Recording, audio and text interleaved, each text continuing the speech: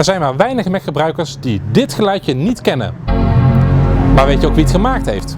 One More Thing spoorde hem op en kreeg hem voor de camera. From 90 until I left in 99, I pretty much wrote all of the audio software that was coming out of Apple. I was responsible for the sound manager and making it make sound, like the ability for it to make sound. And then I completely rewrote it, got a couple of patents for those designs, became a member of the QuickTime team, and just sort of owned audio. Even though not a lot of people know this, but you're most famous for something that every Mac user hears pretty much every day, which is the startup chime. Right. Can you tell us a little bit about that? How did you, why is it the way it sounds today? Yeah. Well, the original sound, if you can remember, on the original Mac 128 was actually kind of a cool sound. Then when the Mac 2 came out, the color Mac with slots, and it was this big-ass machine, there was an Apple sound chip developed, and it had programmed what I thought was actually a horrible sound.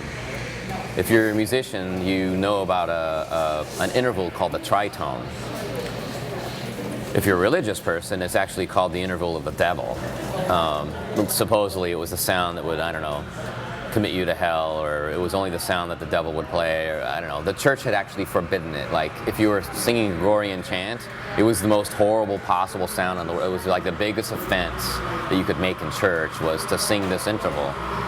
So anyway, the Mac was built upon these intervals. A mathematician at Apple had decided to create a chord based upon tritones at perfect intervals. So it was absolutely the most inharmonic, dissonant sound you could make. Okay, so I got to get rid of that. I was thinking about, you know, you're going to hear the sound every time it crashes. So every time you crash, you're going to reboot and you're going to hear the sound. So it could become really annoying fast. And it would just be associated with this horrid thing. Like, oh my God, I lost all my data, you know, fucking Macintosh, you know, that kind of a thing. So I didn't want to be associated with that. I had to think of a zen, calm. I kind of thought of it as a palate cleanser, you know, to sort of be a refreshing sound. And I wanted to take advantage of the speaker, but I also knew that other speakers were shitty, so I had to design a sound that like fit a lot of different machine, different configurations, different sound environments, different speaker sizes, different frequency, you know, a lot of different things. Some had stereo, some had not stereo, a lot of different problems. So I was trying to think of a sound that I could design that would work in all these possible things. So it was actually a lot of work for, what, 2.5 seconds or whatever it is. So I just ended up fooling around and playing different chords, and, you know, it's a big fat C major chord with a lot of thick, rich sonic textures behind it. It was a stereo sound. It phased back and forth. There's a little bit of a stereo reverb, and there's a sharp transient, little chiffy sound that you would get like off of a flute or a pan flute, like a, you know, a bamboo flute. There's a little bit of that. There's a bunch of string sounds in it, and anyway, it had enough richness in it that it would sound recognizable no matter how you played it. So that was the design behind it, and then just snuck it in, and then and that's really where it all came from. Well, you must feel some kind of pride whenever you, I mean, we're here at a coffee shop and like half of the computers here are Macs. When somebody starts his or her computer, you're just like, oh, that's my sound. I mean, does that still fill you with pride, or is? Yeah, it's just, I mean, it's recognizable to everybody, but it's like way more recognizable to me. I mean, it's like a very familiar sound. I mean, yeah, it's like a sound like, I mean, I can hear it in my head. You know, you must have heard it like 1,000,000 times. Oh, yeah, at least. So yeah, it's kind of interesting. I mean, it's hard to describe. Like, it's just, it's so familiar to me. I mean, it's like looking at yourself in the mirror. Mm-hmm. You know, like. Right. And now I still want to continue a little bit about, you know, the recognition from the sound that you made. It even appeared in motion pictures now, in the WALL-E movie. Right, WALL-E used it. For them to use it is interesting for a few reasons. Like, one, it's a recognizable sound. But it also has now, it's taking on a, I almost said iconic, but the word really is earcon, an earconic meaning, where it's a sound that actually has a meaning to it. You know, it's not just some sound. And so it's the startup sound of a Macintosh. But in the Wall-E movie, it's the startup sound after he's been, you know, recharged.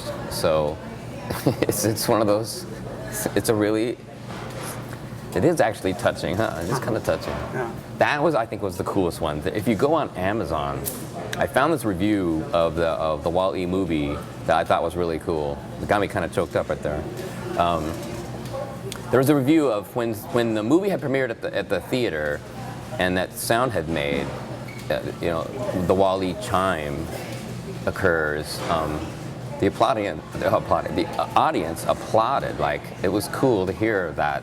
You know, like, wow, kind of like a, I don't know, rock star kind of moment. Yeah, Wow. yeah. Do you ever feel like the world should know that I did that? I mean, I've never. let's just say, is this your biggest accomplishment? Might be a hard question, but It's kind of right. I don't know. That's an interesting question, man. Like, if I go down the history on my tombstone, is it going to say the creator of the Mac startup sound? yeah. I mean, in a sense, it would be interesting, like satisfying, gratifying. I'd be flattered, but at the same time, I also hope there's something more, more than just, you know, I made that sound. Right. Did you create all of the sounds that you can still hear at, you know, the warning sounds that are still on the Mac, or? Well, there's I guess it was about the same time, actually. There was a couple that I did on my own, back to my studio, and I started composing some more sounds. One of them was this sound that was like chimes, and it was really a xylophone sort of a sound, like, and so I called it chimes, I think it was. And then and I added it to System 7 basically late at night. Once again, had to sneak it in without asking permission.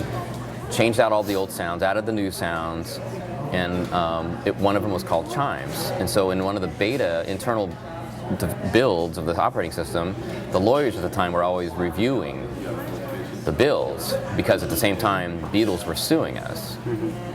So at the same time, I had all these lawyers asking me all these questions, taking memos and internal documents and papers and all of this kind of nonsense. And it was just becoming so frustrating. And they got really paranoid about anything that hinted at something being musical or Apple doing anything musical.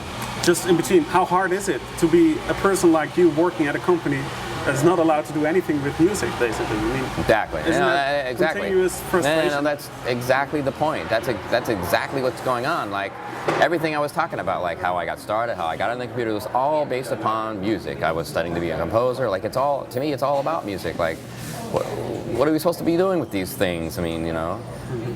So yeah, they're bugging us about becoming, because I mean, it goes way back to the actual Apple name was able to be used because we had promised, not we, but you know, Steve Jobs had promised not to do anything musical. And so, you know, there was a couple of lawsuits and a couple of payments made to the Beatles Corporation to avoid all of these problems. So then I make the sound, and I called it chime. So the internal lawyers at Apple freaked out. They thought the word chime was something too musical. And it's like, are you kidding me? Like, come on. And I was like, I gotta come up with a new name for this. And I said, I know. Just off the top of my head, I said, I know. And I'll call it Let It Beep. Because it seemed to summarize everything. But I'm like, there's no way, like, if they're gonna sue me over the word chime, there's no way they're gonna let me use that name. So as soon as I said that, they said, no way, you can't do that. And I'm like, I was kidding. But like, as they're arguing that I can't actually use the name Let It Beep, I said, just off the top of my head, I said again, so sue me. And then as soon as I said it, I'm like, holy shit, that's the name. I just have to spell it funny, so that no one realizes what I'm doing. So I was like, it kind of sounds like a Japanese word. Maybe if I spell it like it's a Japanese word, that it'll get past the lawyers.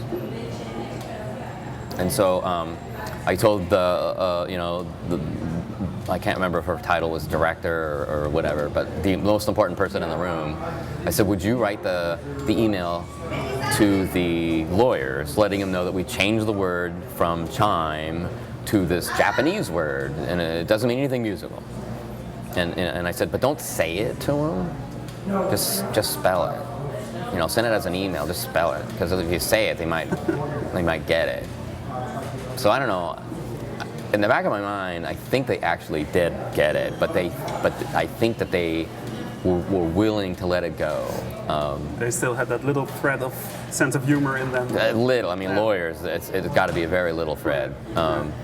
Crazy. So if the startup sound or the Sosumi, like, I'm more tickled by the Sosumi thing, but I'm probably more proud of the startup sound. Yeah.